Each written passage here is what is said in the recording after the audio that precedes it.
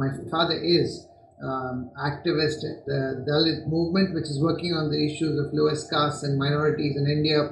My mother was active in the women's rights movement. She's no more now. But so I mean, that's for sure a big influence. I think it's very difficult for children not to be influenced by their parents.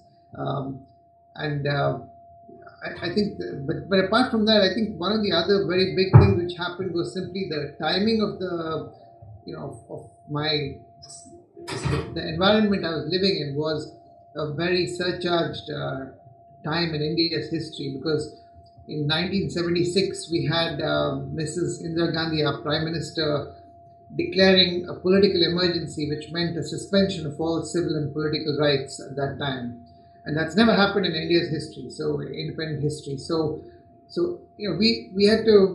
It was just a crazy time. So I think it was quite easy to get outraged and angry, and I think it's one of those things which that indignation and outrage doesn't go away easily, because once you've seen the how state terrorism works, I think it's very difficult to come out of it. And then I got involved with the Students' Union, the university level and my college level, and so I guess it was just so the DNA bit was there. On top of that, it was a very turbulent context, and then I went to Kenya, and I went to Kenya during President Moi's sort of worst years, and I got involved with the NGO movement there, and I saw some pretty rough stuff there as well. So I think I'm sure all of those have added to making me.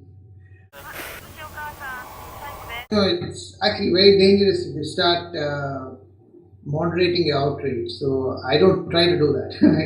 I mean, it's a matter of how you express it, I suppose. But I think, that's the good thing about disruption and anger and outrage, that you need that. I think life's too short to be not angry and outraged, and not to be disruptive. So you have to be so. And impatience, I think, on the whole, a virtue. So I think that's all good stuff. Yeah, but I think in terms of how you make change happen, how do you channel the outrage in a way that can result in change? I think I'm not so sure there's a kind of a magic formula to that, because sometimes you have to push hard, sometimes you have to go soft. I mean, that's a very tactical question, I think.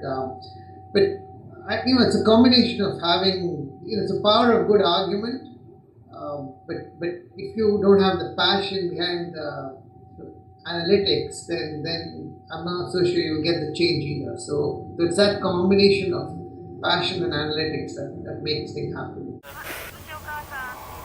If you take the way the world is right now, the mainstream leadership has failed us so much that I think the alternative leadership doesn't have to do that much because it's just things are so bad that you don't really need to mobilize people. People are already mobilized because there's so much disappointment and disillusionment with leaders in the corporate world and leaders in the political world. So I'm not even sure that you need any great formula and lessons, because the situation just self-mobilizes people to organize themselves, whether it's in relation to the economic crisis or I would say it's a general accountability crisis. So there is a complete lack of accountability on almost every dimension and across every part of the globe in those who hold power. So I think that those who do not have power, sort of the 99%, are just getting self-organized simply by the objective circumstances, conditions being so bad. On the one hand,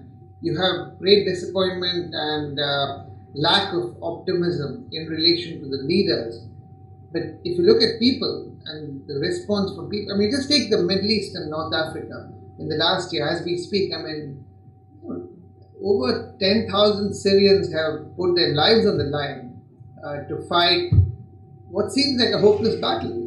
But people are doing it. And, if we were having this conversation in January 2011, and if you had told me that 4 of the worst dictators of our times in the Middle East and North Africa, in Libya, in Yemen, in Tunisia and Egypt will be out of a job by December of the same year, I'd have said you're joking. But it's happened. Who would have imagined that Aung San Suu Kyi would have been released, would be able to contest elections and would actually be meeting us in a few weeks' time in London.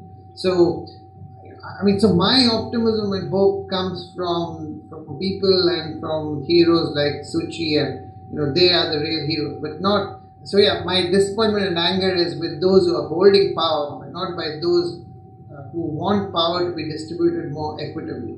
Yeah, one of the big things which I did in one of my previous roles, having lived in India and then in Kenya, and worked mainly in the developing world, and then come to lead an organization which was based in the UK and looking at the world from a different standpoint. I think there what we did essentially was to say that because most of these development organizations are quite heavily focused in Africa and poverty, and what we tried to do in ActionAid was to turn it inside out. So rather than the world looking into Africa and saying how we can help Africa, we just said, let's flip it around and let's run it from Africa and see how the world looks from there. So we actually moved the international headquarters of ActionAid from London to Johannesburg, and it was really it was mostly a political statement. It was for a large part. Apart from the fact that already most of ActionAid's money was being spent in Africa, most of ActionAid's staff were in Africa. So there was absolutely no logic for the international headquarters of ActionAid to be not based and run out of Africa. But when I first proposed the idea, which was as disruptive as you could get, because people said, no, but how can that work? Because this is the global headquarters. So I said, but why? Britain stopped ruling the world a long time ago. It's not like it happened recently. But it was, of course, the practical ramifications of that had to be worked out. But from an initial kind of shock horror to it actually happening, and now a lot of the other international NGOs are very mindful of this issue as to what's their worldview, what's the paradigm, and so I think that came to me from just working. I saw the inefficiencies and the wastages of just running these places with a different worldview. So I think that's concrete sort of. Yeah, I don't know. I feel a bit self-conscious of making this sound like some great leadership trait or some visionary thing. I think it came out of much more of a pragmatic necessity that we just have to be able to do things differently. Amnesty has to go through many of the changes which I talked about earlier, because we are a membership organization with over 3 million members, but the fact is our membership is primarily in North America and Europe, and that's not the world we're going to see in the future.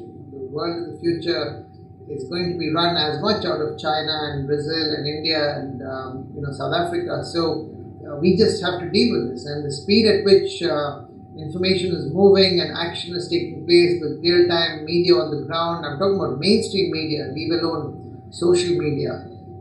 It's just a different world, and we just have to. Because Amnesty historically wrote letters to leaders. Who writes letters anymore? So it's. I'm not suggesting that we don't need to keep some of those things going, but if you think of, we are celebrating our 50th anniversary this year, Amnesty International. But if you look at the next 50 years, as you know, Amnesty has done amazing things in the first 50 years, and I can boast about that easily because I made no contribution to that. But in terms of the next 50 years, we are having some very serious internal reflections on how do we make ourselves fit for purpose, because the need for amnesty is not reducing. If anything, it's increasing. But the way in which we operate, we respond, will go through some fundamental changes. Drawing inspiration from the people of Syria as we speak, or the people of Egypt and Tunisia, what they did fundamentally last year, I think why the world has fundamentally moved from where it was 18 months ago is because somehow they rejected, they kind of threw away the freedom, threw away the sense of fear and anxiety and uncertainty. So that freedom from fear, which we've seen, remarkably seen in the last 18 months, is something I think is equally important from a leadership perspective. That a lot of leaders are also afraid.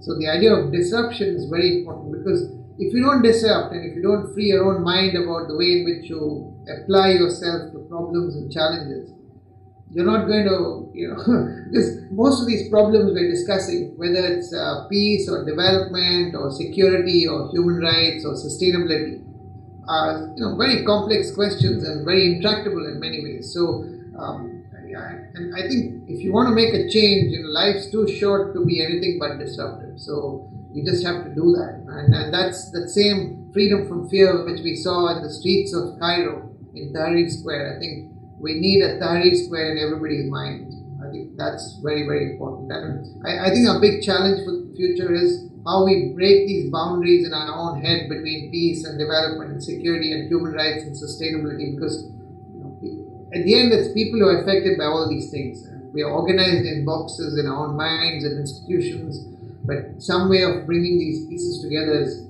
where the future lies.